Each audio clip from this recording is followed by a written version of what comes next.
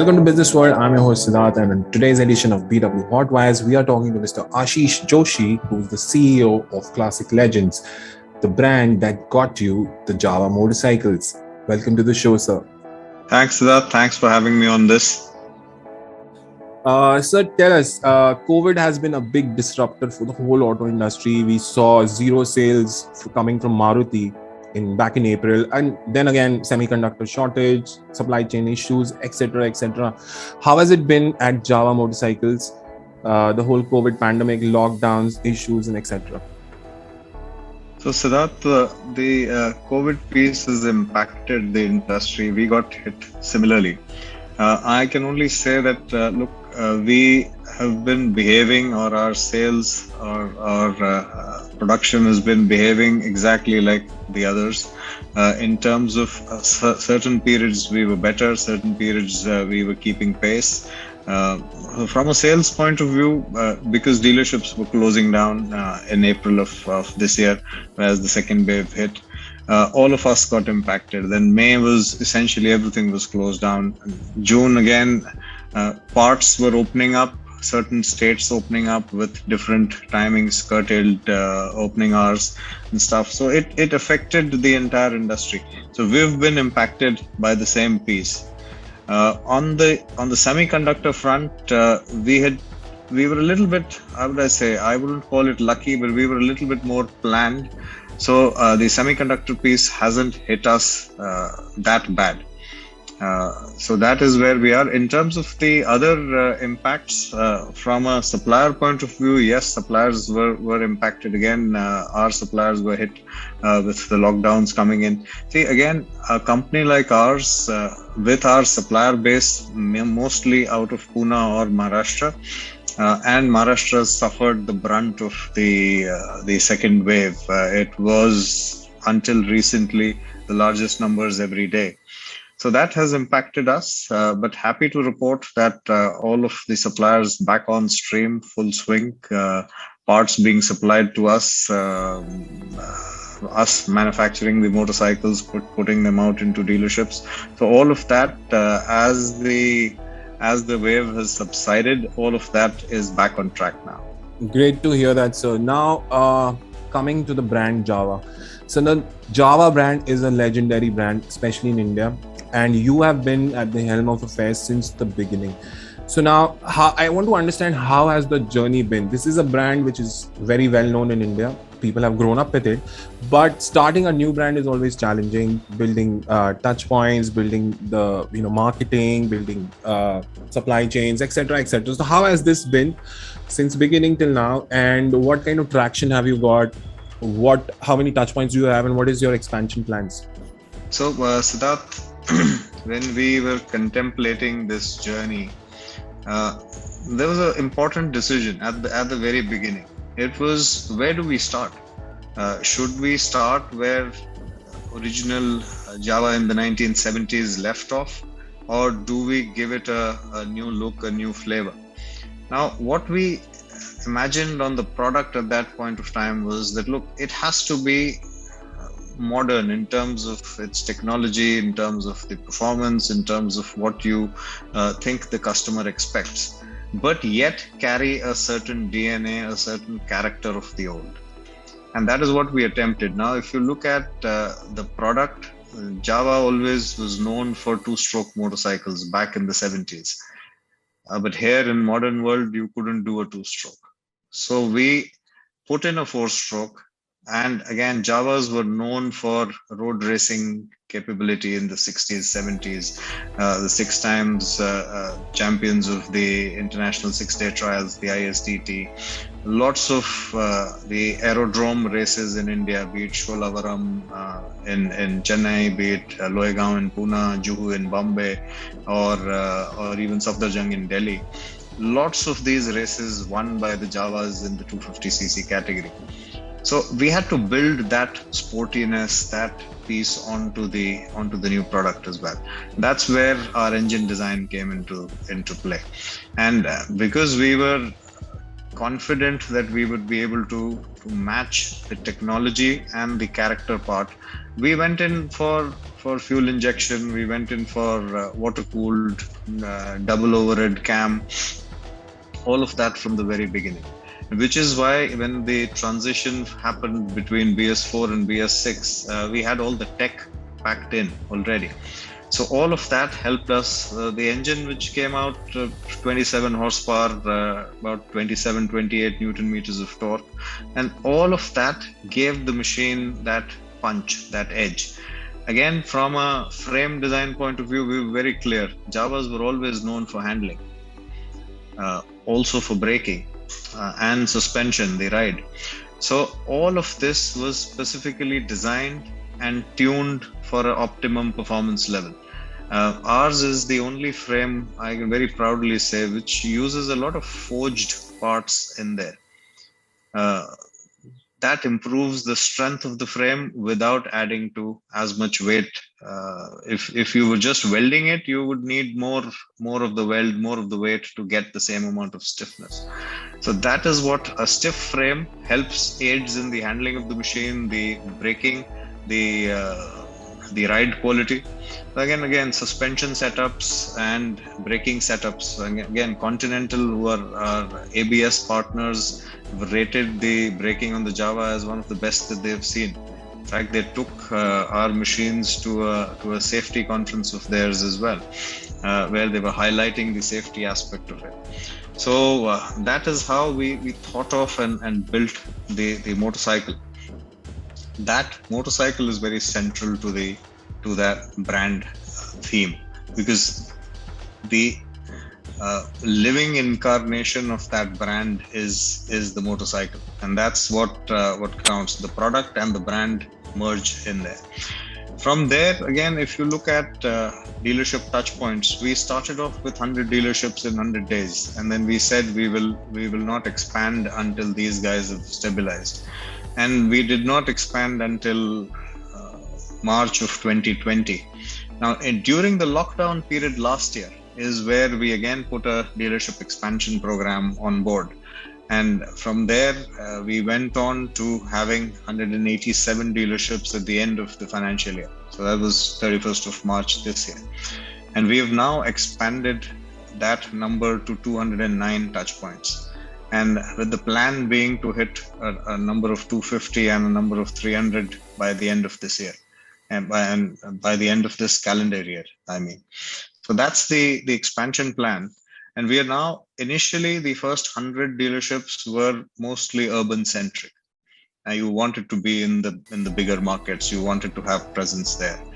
But during the lockdowns, we figured that it was the urban centers which were hit the most.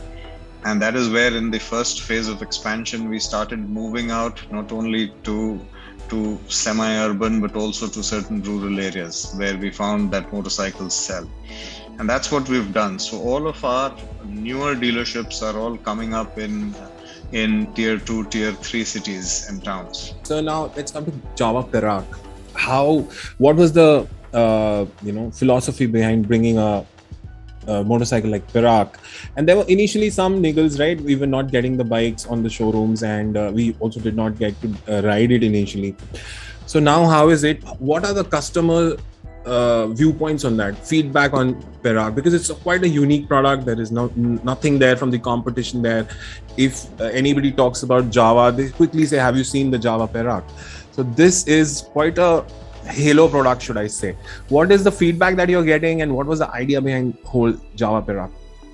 Well, the Parak is something. Parak is a huge emotion piece, and the way that the Parak was developed in the 1940s by the Java engineers when they were under Nazi occupation is a legendary story by itself.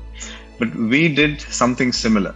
So our development of the Parak was kept completely under wraps. We did not ask for money to build it. We built it on a shoestring budget first off, and showcased the machine to our board. And from there, got clearance for it and pushed out for a larger piece in terms of development.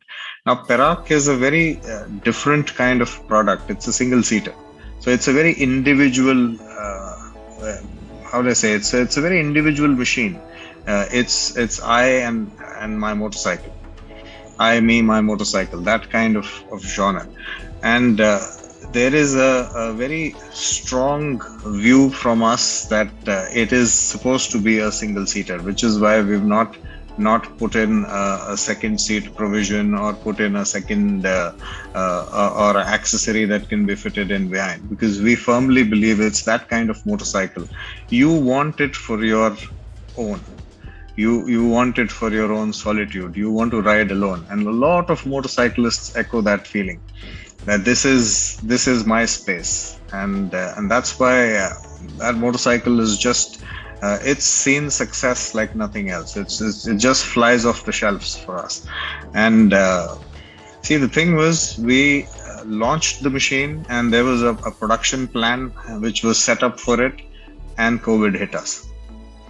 So we had committed that we will make these bikes available from the 4th or 5th, or maybe it was the 2nd of April, if I remember correctly, 2nd of April 2020.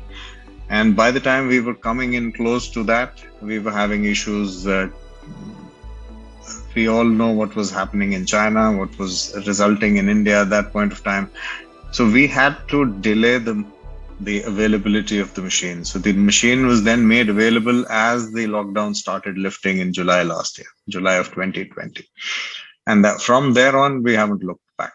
The Parak is there. There is a small waiting period on the Parak, as it is on the other machines as well, but it literally just flies off the shelf. It's such a brilliant motorcycle to ride. In fact, yesterday I was looking at stories on Instagram, and somebody had the Parak in Ladakh, and they were riding through water crossings. Man, that was so much fun. It literally made me feel that I should be the one doing that again. So that's the sort of feeling the Parak brings in. It's a huge emotional piece. So now, motorcycling has always been about community building. We have different brands trying different initiatives. So if I buy a bike, I would also look forward to another guy with the same bike, and we can connect there. Or even if not a same bike, some other group which I can join and ride together. So now this community building initiatives, how did you take this forward? What was the initial challenges? What all have you done till now? All right, so that's a very interesting piece, and I can tell you, when we were looking at bringing back the Java, we spoke and connected with a lot of the riding groups which were there, the old Java SD clubs. We spoke to loads of them to take their feedback, to take their inputs, and join a few rides along with them. So we built those relationships with the key people in there. The other side of it was, these were the groups who had actually kept the Java brand alive, even when the company had stopped producing the bikes and had gone defunct. So there was a huge piece that we knew was our legacy had been continued because of these people, and we wanted to pay respect to them. So one was talking to them, understanding about the motorcycles from them.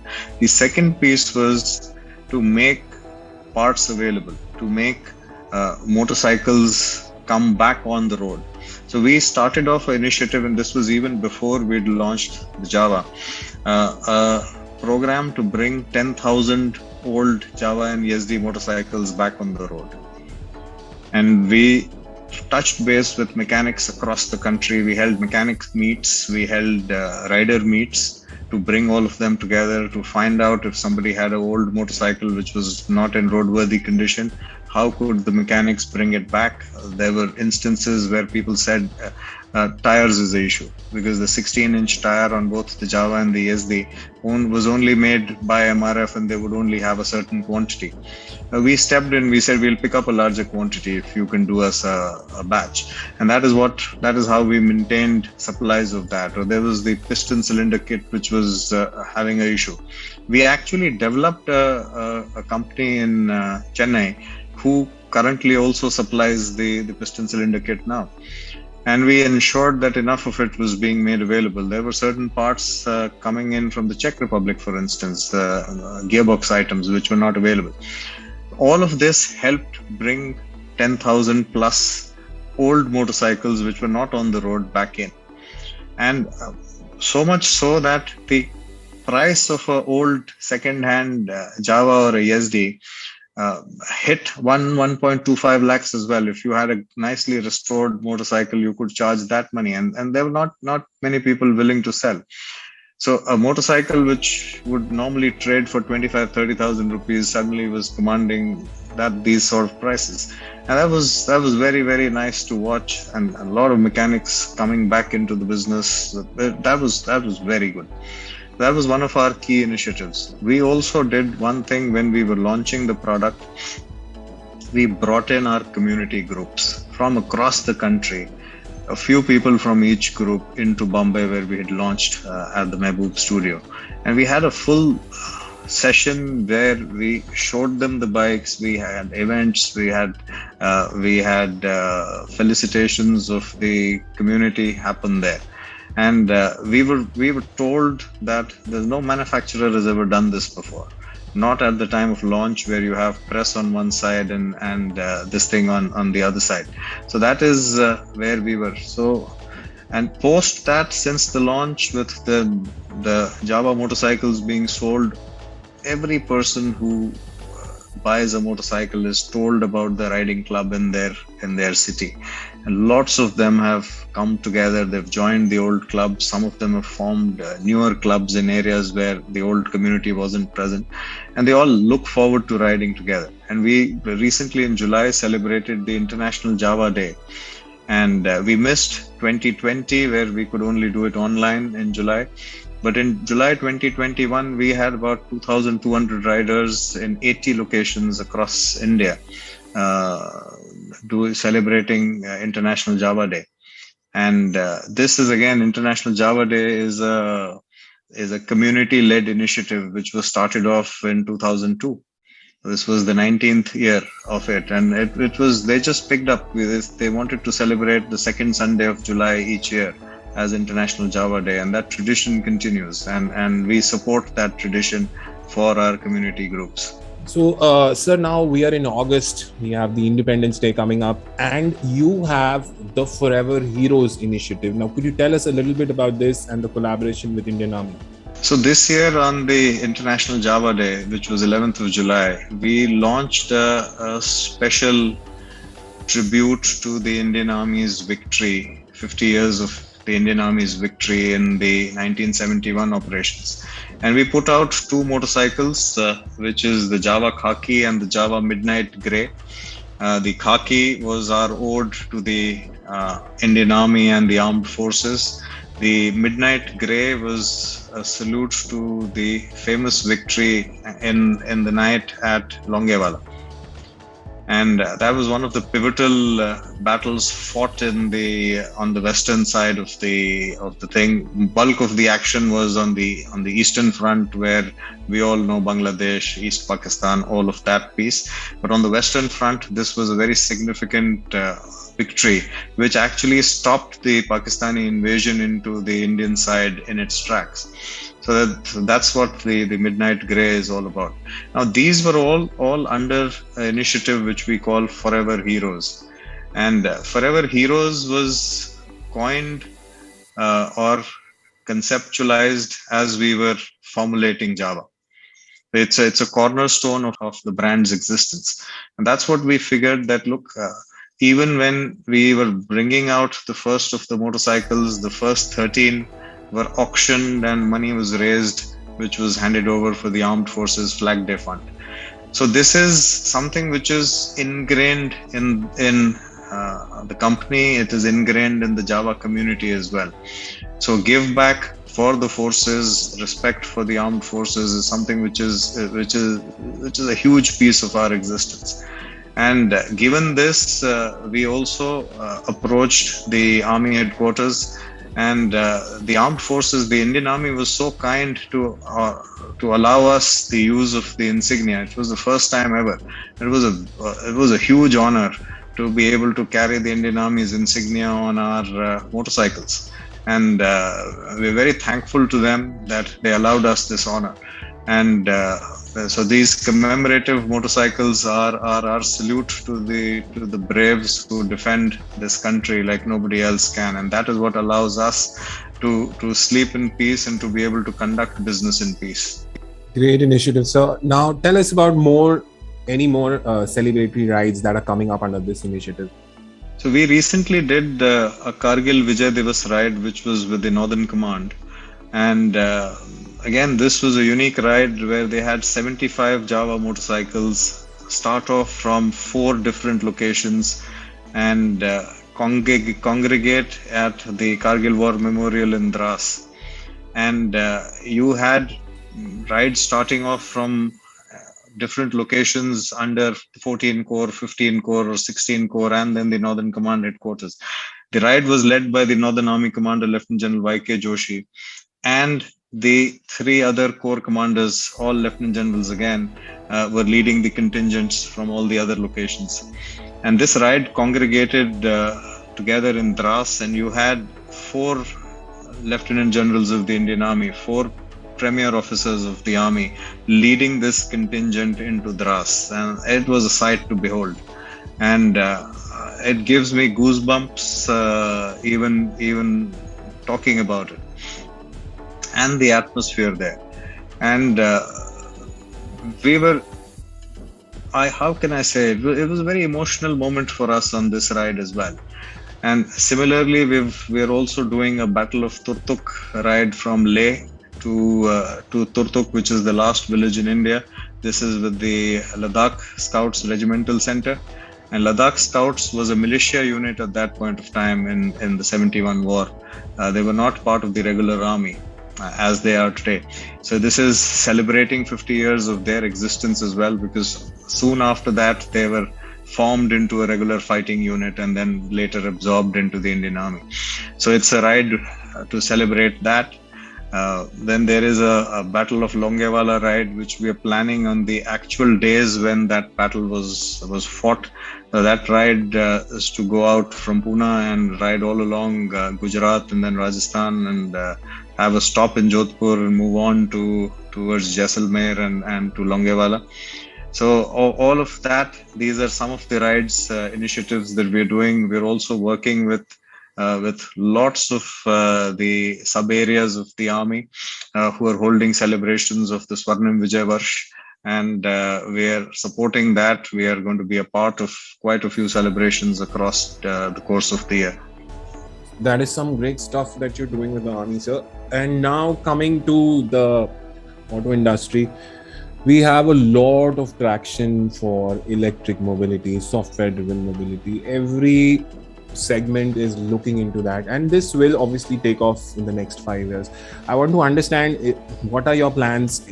Are there any plans, or if there are, what are the plans? Where do you see Java being in the next 5 years with electric mobility? I'll answer this question in 2 ways, Siddharth. The first one is electric is, I wouldn't say the future, it is upon us. And we've started an initiative in the UK under the aegis of a program funded by the British government, which is called Advanced Propulsion Centre. We applied for a grant and we won it. It was a competition that we won, and a grant which was matched funded grant of £4.6 million, which we've won. We are building an electric motorcycle under that program, and we've set up a tech facility in the UK. We're employing about 12 people there right now, and we have partners who are putting in people into that facility as well. So our partners, some of them are very well-known names like Warwick Manufacturing Group or Delta Motorsport, which is a battery supplier, or Dana, which is the electric motor supplier, and others who are involved with us in there. So we've started that program, and we're working on a motorcycle there. Now, coming to the India side of things, yes, there is the piece where we would move into the electric side, and that is something that we will talk about at an opportune time. But electric, to my mind, is still, see, if you look at an electric motorcycle or an electric two-wheeler, there's a lot of mechanical items in there. See, the way we look at it is that there are a few parts from few major aggregates which will change to convert things into electric. The engine is, or the power pack is one of those. The fuel tank or the energy storage container is another one. So we look at it that way. But having said that, a product that we would badge as a Java or put one of our brands on needs to live that brand. So anything that we do will have a certain element of the character, certain element of the DNA built onto it. So that is something that we will talk a little bit more about as the time goes on. Absolutely, sir.